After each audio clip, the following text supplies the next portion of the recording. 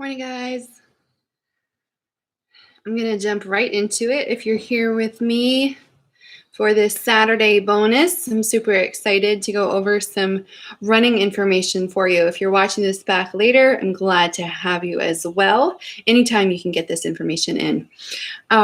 The purpose of this is to give you a little bit of the why running is great to incorporate into your routine, and then how to incorporate it in, how you should run, what it should look like, how to breathe through running, and then we're going to go over about 4 different drills to really help us develop the technique that we're looking for.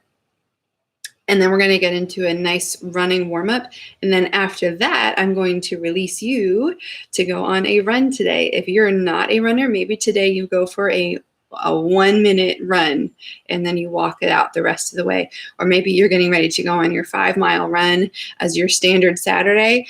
Awesome. Go get your run in. It's beautiful right now. I don't know what temperature is supposed to get to later today, but get that run in. And I'm about to tell you why it's important to have running in. So most of you that know me know that I run 6 days a week, 5 to 6. I'm not setting any records by any means, but I do just incorporate 3 to 4 miles of running Monday through Saturday. Take Sundays off. I do it for several different reasons. One, I like the way that my body feels. It just works better. And 2, I've noticed that my capacity, my work capacity increases as I develop my running. So in wanting to have some hard facts and some really good evidence here for you, I was doing some research and a lot of different things, but basically everyone is agreeing upon the best way to increase your aerobic capacity is through high intensity training. It's better than steady state. And when I did the cardio session earlier this week, talked about how you want to mix it up and vary your training. The same is true, but increasing, you're really going to see the most bang for your buck in high intensity. High intensity can be defined as 75 to 80% of your maximum effort. So until you go into a lab and you get all of these different testing done, it's going to be just kind of your perceived effort for now. So don't worry about that. Don't stress about that. It's just going to be kind of what you are able to feel and feel that out. So one of the things that Chris Hinshaw is becoming very popular in the CrossFit world as far as developing running and putting running into everyone's routine. The thing that he really talks about is how running recruits your largest muscles, your legs, right? It's really focused on your legs, and that's your driving powerhouse during your run. The reason that it's different and better than rowing and biking is you also have to support your own body weight. Rowing or biking, you're sitting on something, you're sitting on an implement, so it's a little bit less of a demand on the entire body. So therefore, he chooses running, of course mixed in with other stuff, but running to really improve and increase your aerobic capacity. You're going to see the longevity of that and the results just really kind of take off from there. So how do we want this running to look? We know now why, but let's talk about how we want it to look. We want you first to think of your running as everything streamlining and moving forward. I see a lot of runners who run like this, arms diagonal. Well, when you run that way, you're sending momentum that way, you're sending momentum that way. And which direction are you going? You're going forwards. So think about getting your body to move in that plane, getting it to move in the direction that you want it to go. So that's just the first thing to keep in the back of your mind. Second thing is we want there to be a little bit of a lean. A lot of people, when they get ready to run, or when you're all at the door ready to take off on that run during the workout, you do one of these and you lean into it. Doesn't have to be that big of a lean. Think about leaning in from the hips. It's a slight lean in the torso. It's not that you have to be bent over here. It's keeping that core engaged, leaning in the hips, and then right there takes you forward. So already I could just feel my balance taking me. That is where I would start off with the run and keep going. Second thing, heel to butt. So you always want your heel to come up under your hips. You don't want it back here or up here. So right here, heel under the butt region, you're pulling with your hamstring. We're going to talk more about this later, but my hamstring should be what's doing the pulling. My ankle, my foot is relaxed. My hamstring right now feels really tight. It's not my hip flexor, it's my hamstring. So heel up under the hip, under the butt. When you strike with your foot, you want to strike mid-foot.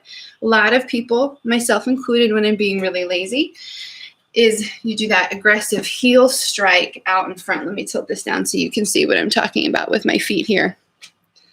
You don't want to strike here and then run, here and then run. You want to be able to land mid-foot. My heels up a little bit, mid-foot, mid-foot. You don't have to do the whole run on my toes. No, you don't have to do that and do pose running. There's benefits to it, but I'm not here to talk about that in this video. So mid-foot strike and then keep going. Now arms and elbows. You want to keep your arms at 90 degrees. Some people will run up here. Again, sending momentum that way. So keep your elbows back and down and arms at 90 degrees, just right here. You got a little bit of a pump action going on, but that's where you want to be. Now controlling your speed. Your speed is all going to come from that heel pull. Heel up under the hip, up under the butt. A low pull, you're going to be going slower right here. Mid pull, you're going to increase a little bit more. When you're really up here, you're going to be moving pretty fast. So the thing that changes your speed is, of course, your striking, right? Your rotations. But the height of your heel pull will determine kind of how fast you go. Last thing I want to kind of briefly mention, and we'll talk about it again, is this, what they call vertical oscillation. For those of us, we're just going to think of it as that vertical motion, that jumping up and down. We don't want you to be running like you see on those beach commercials where everybody's jumping and moving. We want yourself to kind of stay right within that inch or two range, and you're not moving up and down too much. Okay, so low vertical oscillation is what they technically call it. Now, breathing. When you're breathing, we talked about this in the cardio one if you want to go back and watch it later on too. Want to be intentional with your inhales. Good deep breath, right? Don't want to, when you're running, to start taking those shallow breaths. Get your heart rate going too high, right? So maybe every fourth step or so, and I mentioned this before too, you get a good exhale. Something that my friends in Waterside Elite have been doing for a little bit, and I've been like, what are you guys doing? Well, I started trying it a couple weeks ago, especially when I start to feel like I'm fatigued if I'm going up this high hill, which I know it's hard to find in Florida, but there's one near me. If I'm going up this hill and I'm having trouble, I can tell I'm getting out of breath or I'm getting really tired, I'll start to go, and that forced exhale allows you to expel what you need to, and then intake all that oxygen that your body is craving and needing. All right, so steady cadence in your breathing and those forceful exhale. So let's get into some drills now. So we're gonna get you going on some drills and then a warm up, and then we're going to get you going for a run. If you're just joining us, that is what we are getting into now. All right, so your first drill, you're gonna stand by the wall. Move this a little bit closer. Not much, I know.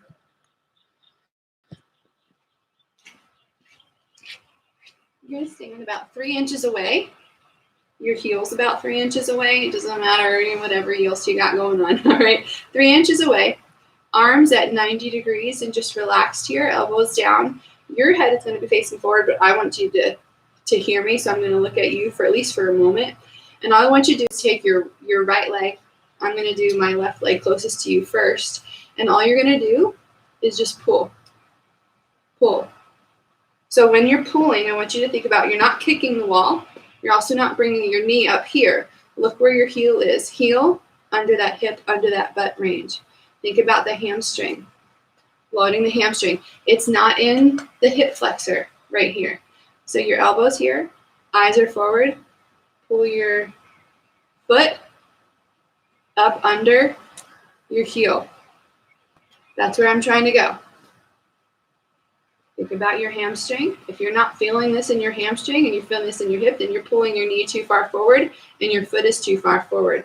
So pull it up under your heel. We're doing 30 on a side. I'm going to say I'm at 10.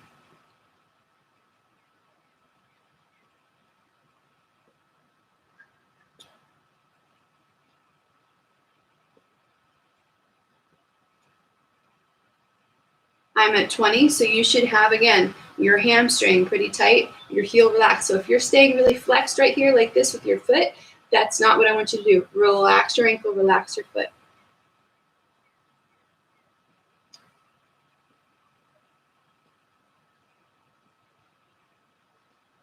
I have 2 more. Good. Then you're just going to switch sides. So you should feel that in your hamstring. Of course, if you feel it a little bit in a hip flexor, it's normal, right? You're working that muscle. It's moving, but the movement should be initiated with the hamstring, not the hip flexor. So again, 3 inches away from the wall. Elbows in, 90 degrees, eyes forward, and then you're going to do 30 on this side. Again, the hamstring, relax your foot.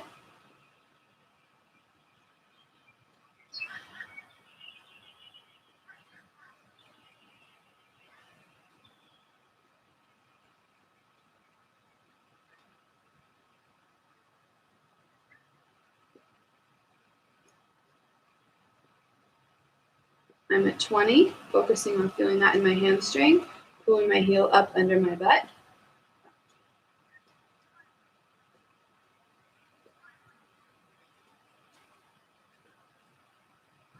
And 30.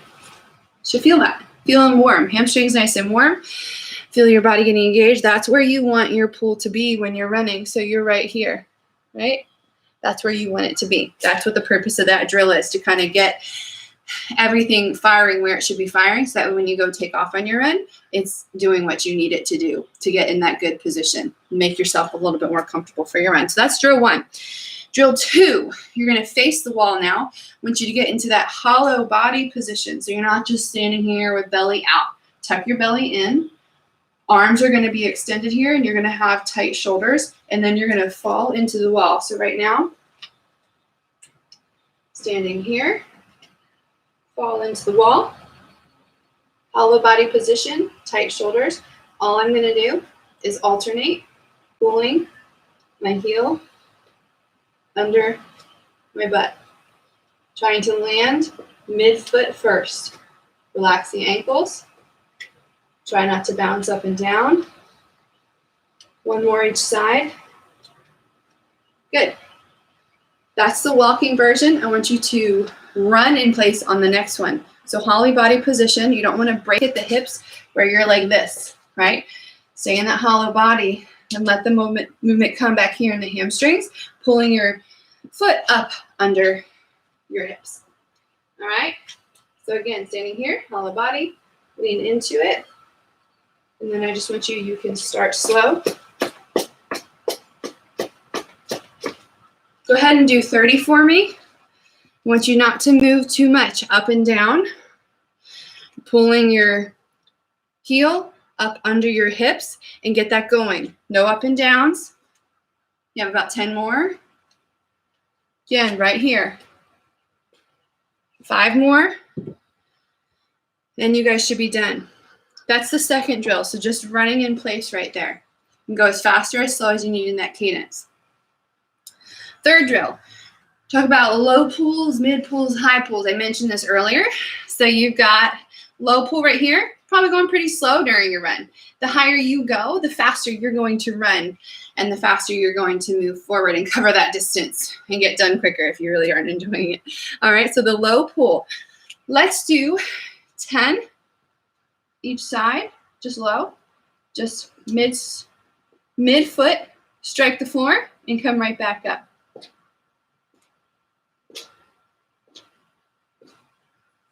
All right, other side.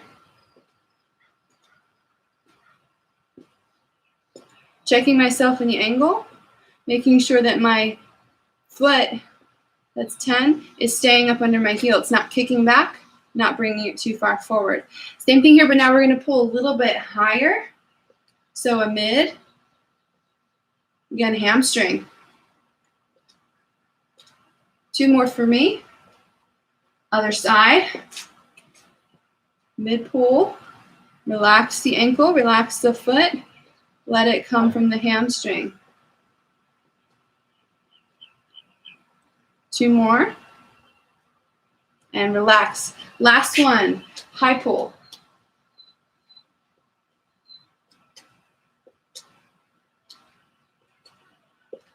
One more, good.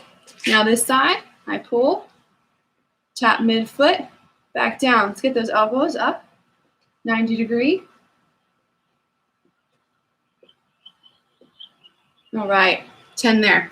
Now we can do it. We've done this in Some of you have done this when we've done some running before, where we get moving a little bit. So it's a quick movement, can be a little awkward. Even I mess up sometimes at the beginning. So bear with me. There's one side that I do a little bit of a better job with. Start here. So pull those elbows in right here, 90 degrees, eyes are forward. And I just want you to start, it doesn't matter how high you go, just to pull, tap. Pulling heel up under your butt. So it's quick. See how I kept my heel here under my hips? And then as soon as I tapped with my midfoot, I went right back up again. The strike, it doesn't happen out here. I can tend when I run to be reaching, should happen down here. So it's up and down. Let's go the other side. Elbows here, eyes forward. Just start small. Okay, let's do that again, going a little bit higher. So back on the first foot, just a little bit higher. You can start small if you need to. Right? Pulling with the hamstring. That's my better side. This side is a little funky. All right, good.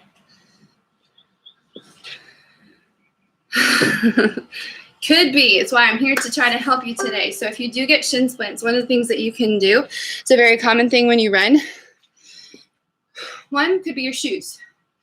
I don't run in nanos anymore. I used to run in nanos and then I started getting terrible shin splints. So I got better shoes. And I only run in running shoes unless it's like a 100-meter run and it's only a couple of times. Other than that, I make sure I put on my running shoes. It just really makes a difference for me. Second thing is you could be running very heavy on your heels, or keeping your foot in flexion a lot of the time, which puts a lot of strain on those muscles up there. So you could even incorporate some foam rolling on your shins.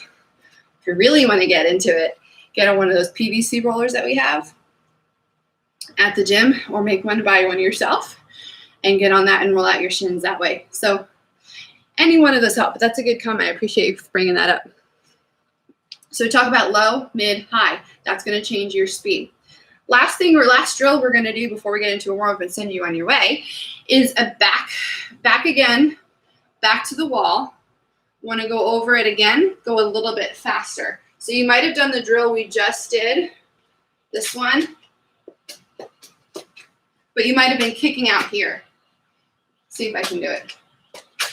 Like that. See how it's up and back like a butt kicker? It's not what we want to do. So if you were thinking maybe you did that, put your back to the wall about 3 inches, elbows at 90 degrees, eyes forward, and try to do the same thing here without moving forward, without advancing, without kicking the wall. So if you were kicking out the back like a butt kicker, do it against the wall so that you have that something there to tell you, no, you're kicking back. Keep it up under the heel. If you're feeling a lot of this in your hip flexors, then you are pulling like high knees. You're going to exhaust yourself running that way. Pull it back. Heel up under your butt. So maybe instead you face this wall. Instead of kicking forward, you're here to try to get that heel up under the hip, under the butt. So that's 4 drills. 4 drills for you to incorporate into some running technique. If you struggle with running, incorporate these 4 drills into it. Come back and watch this video again. Ask me to write out the directions for you. I am happy to do that. Yeah, if you do that, I think that's Roderick. Roderick, is that you? I can't remember his YouTube username that is. But if you're still experiencing difficulty with shin splints after you try changing your shoes, rolling out, and changing your running technique, let me know, and we'll find another solution for you. All right? So I'm going to give you just a little bit of a break from all those drills if you were hanging in with me. Grab a sip of water because we're going to get into a warm-up so that you can go for a run. How do you improve all this? Well, incorporate the drills. So if you're at the gym with us and you come in and there's a workout with running in it, or just a running workout, go through some of these drills so that you prime your body, you prime your brain.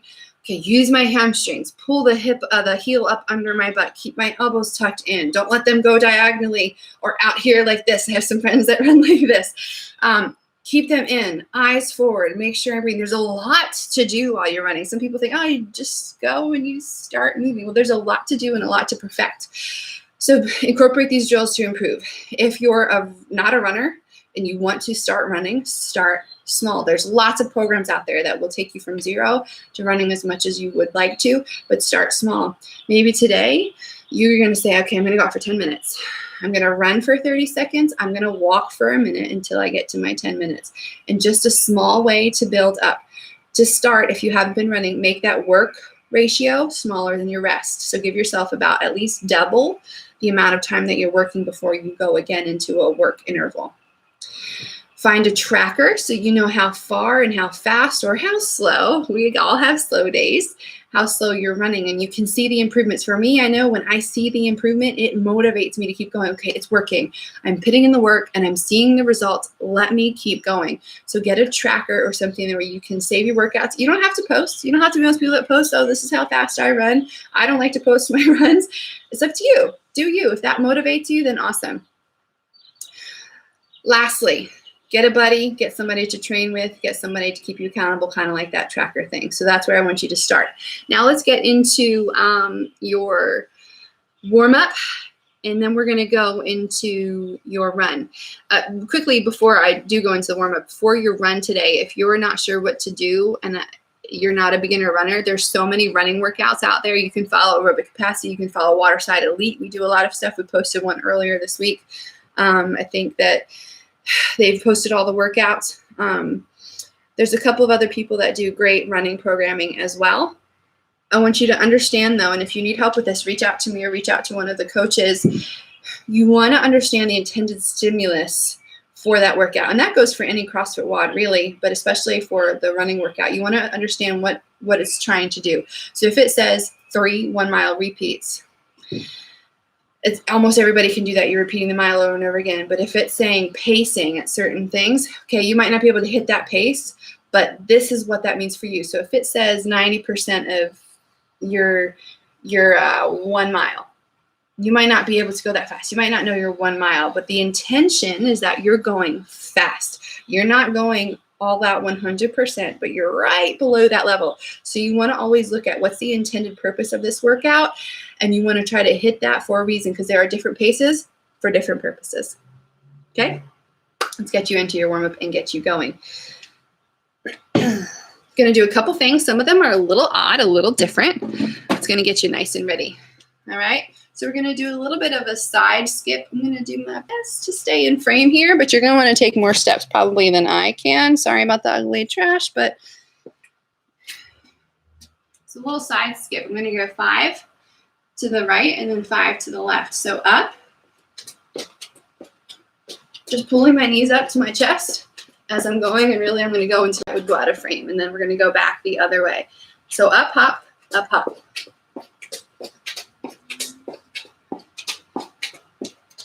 All right, then we're going to go forwards like you're going over a hurdle. Ever done one of those hurdles? So knee, hip, open. I'm going to back up and go again. You can just turn around and go the other way. Hip open, up and over.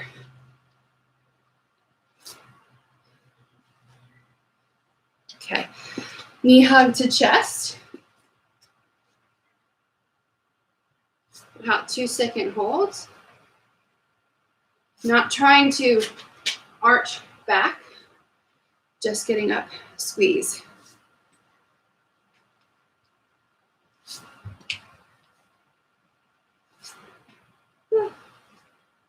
Think it's a wasp. Makes me nervous. Begin again. I'm going to repeat. You can just turn around. 10 to 20 of these. 10 out, 10 back, 20 out, 20 back. Any of that range would be a great place to do that in.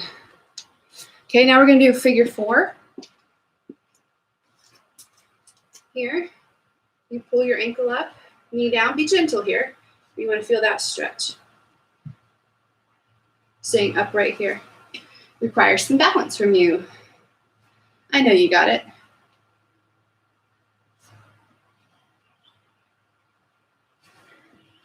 And again, I'm going to do this one more time. You can just turn around and go back the other way.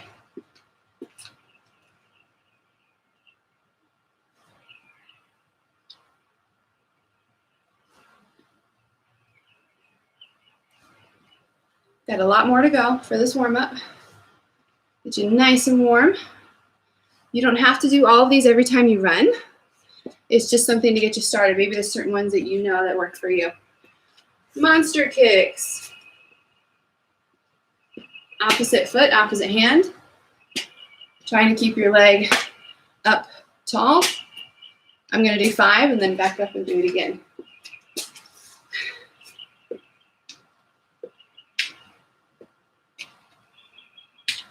And what we're looking for there is not that you lean back or lean aggressively forward. Stay upright and reach for your toe. Okay? I really don't like this next drill. I'm going to be honest with you. I hate high knees. I don't know why. I just really don't like it, but it's a good one to get you going. Okay? Stretches everything out. You're going to do high knees in place for 3 seconds, and then you're going to lean and do high knees forward. So I'm not going to go very far. Your elbows and arms are going to pump right into it. That's all I'm going to do. You can do it again if you'd like to, but I go too far out of screen. Yay for me because I don't like it. All right, butt kickers. I'm trying to go this way, actually. Butt kickers. Short, choppy steps. So very short. You're going to reach up and kick your butt.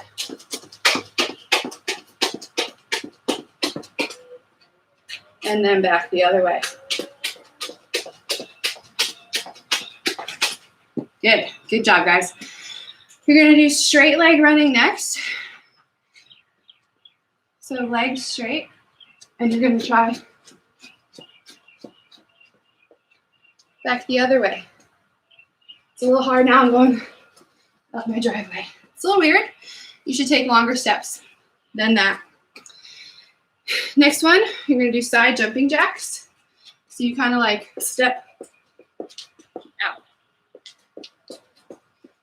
Right? Side jumping jacks. We're getting there. Almost done. You're going to do toes out walking. Here. You can still bend your knees, that's fine. Doesn't have to be straight leg. Toes out. That one's easier for me to do. Gonna do it again.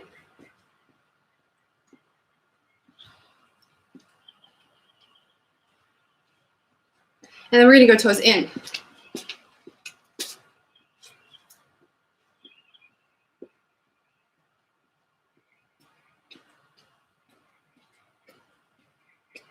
Feel very funny, yes, but for a purpose. I think I can feel this right now on the outside of my hips, getting my femurs to rotate. All right, that was toes out and toes in. I don't know many people that like high knees. All right, now you're gonna do a heel walk. So just right here. Walking on your heels, short steps, not taking big steps. Keeping your toes up off the ground the whole time. Okay, I'm going to turn around and go back now.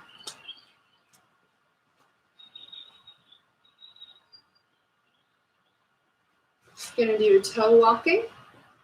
So stay up on the toes, small steps. Feel this in your calves, calves getting warm. So the first one, we were stretching out your calves. Then you have more now.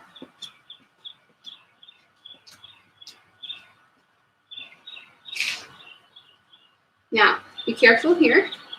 You're going to walk on the outside of the foot. Getting those ankles ready. Don't want to turn the ankle. And back. I'm going to go this way. And then we're going to go inside a foot. So see if you can see me. It's a little bit harder. I actually can't do that one. Sorry, guys. I've got something going on with my foot, and that hurts pretty bad on the inside of my foot. But you're on the inside here, and you're walking that way. Go ahead and do that for me, please. I just got a small injury. That hurts pretty bad. All right. That's it. That's the end of that warm up for your run. So what I want you to do now is think about what's a good challenge for you. We've got these, we went over those 4 drills. Focusing on the heel pull up under the butt, the elbows in, eyes forward, low oscillation, low jumping. Talked about the core engagement, and then those heel pulls. Low means you're going to go slower, mid, high means you're going to go faster, right? So increasing there. Talked about your breathing, gave you a good warm up to do. We would make it longer normally, but I didn't want to go in and out of your frame too much. So if you need to repeat anything, you can repeat the whole sequence. Repeat the ones that you felt like worked for you. So think about what work do you need? Do you need interval work? Are you doing a lot of steady state runs? Do you need to do a steady state run? You haven't just gone out for a 3-mile run in a while. You've been doing 400-meter repeats. What do you need to do today? Your body is warm. You're ready. You're thinking about all the things that your body, your mind, your breathing needs to be doing during your run. So let's go get it. I'm going to go for a run here shortly. I have to wrap up and clean up everything, close up the house. I'm going to go for a run today. On Saturdays, I usually try to get closer to like a 5-mile run. It just depends upon how the week has gone, though. So we'll see how it goes today. Let me know when you're done. If you could tag CrossFit Waterside on Instagram or Facebook, and then me, Kristen R. Murphy, on Instagram or Facebook, so that I can see your run, see how you liked it and enjoyed it. I had a ton of fun with you guys. I hope you have a fantastic Saturday. Make sure you tag me in your runs and then come back on. Keith will be with you this afternoon at 2 and at 5. Bye, guys.